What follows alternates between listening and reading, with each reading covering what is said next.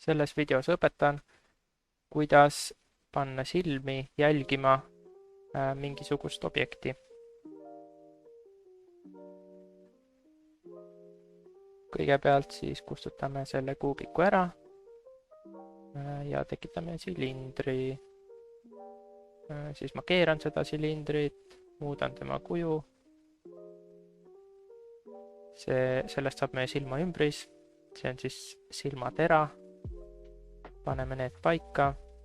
Võtame väikse ahvipea siia. Seda ahvipead hakkame siis jälgima.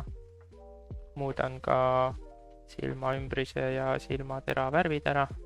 Siis on nagu kergem või ilusam jälgida. Ja panen õiged nimed objektidele. Põhimõtteliselt peamegi hakkama siis silmaterale panema peale constrainte. Need on selle tää peal siin. Esimene constraint on copy location.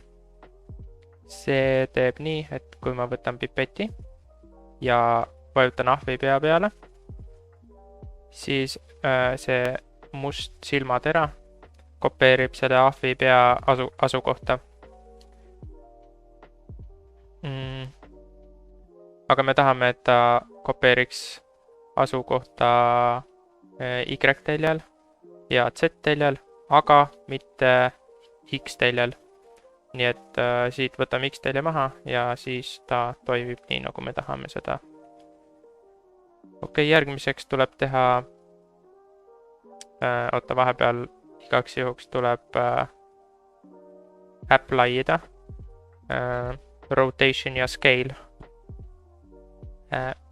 Sest me keerasime neid objekte ja muutsime natuke nende suurust ja värki, et need tuleks ära apply'ida, et ei tekiks mingeid imelikke veidrusi. Okei, järgmiseks teeme seda, et praegu ta läheb sellest silmaümbrusest välja, aga ta võiks ikkagi jääda raabide sisse. Paneme järgmise selle constrainti peale, limit distance. Ja limit distance'i võtame pipetiga selle silmaümbruse, et see on see, mille suhtes ta limiteerib seda distantsi. Ja kui vaadata seda origin pointi, see oranži värvi täpike, et see origin point on see, mille suhtes nagu ta teeb seda.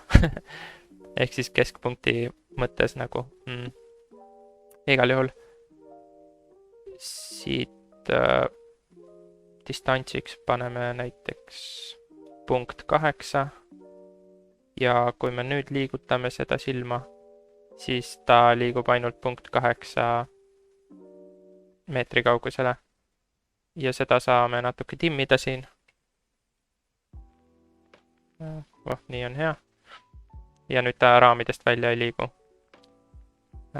Kui sellist efekti soovisite saavutada, siis põhimõtteliselt ongi olemas, et võite video kinni panna, aga ma jagan veel paari nippi, mis teevad seda, ma ei tea, lahedamaks ja paindlikumaks. Okei.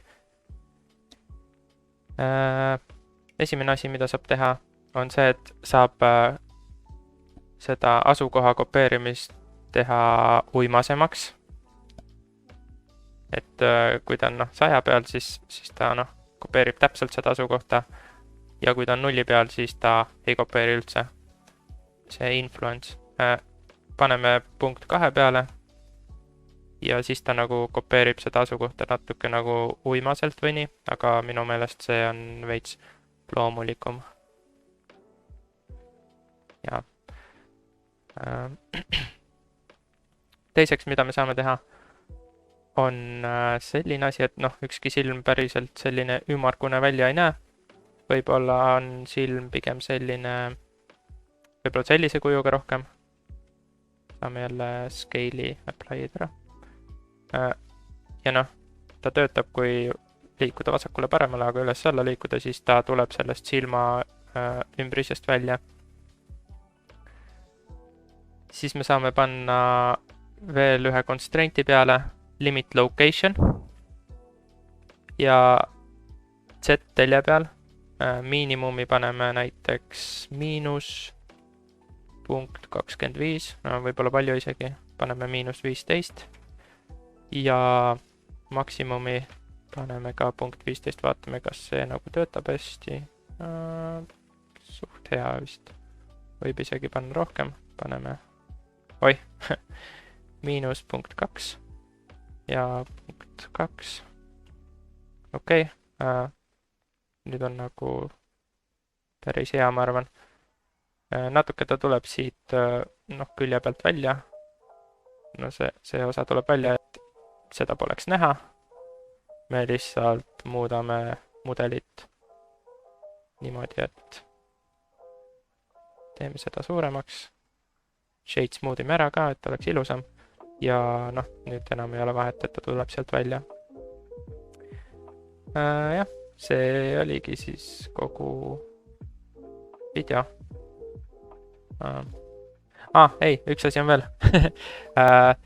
Praegu on World Space, siin on World Space kirjas, ehk siis see Z-telje suhtes liikumine, kui me kõike seda liigutame ära, siis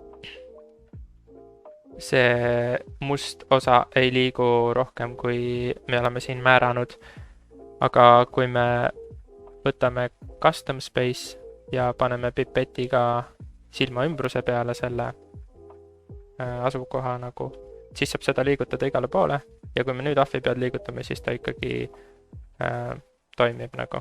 Et jah, et see tuleks pigem muuta custom space'iks ja siis objekt panna see objekt, mis on siin. No saate aru küll. Okei, ja siis tehke midagi lahedat sellega. Davai, tšau!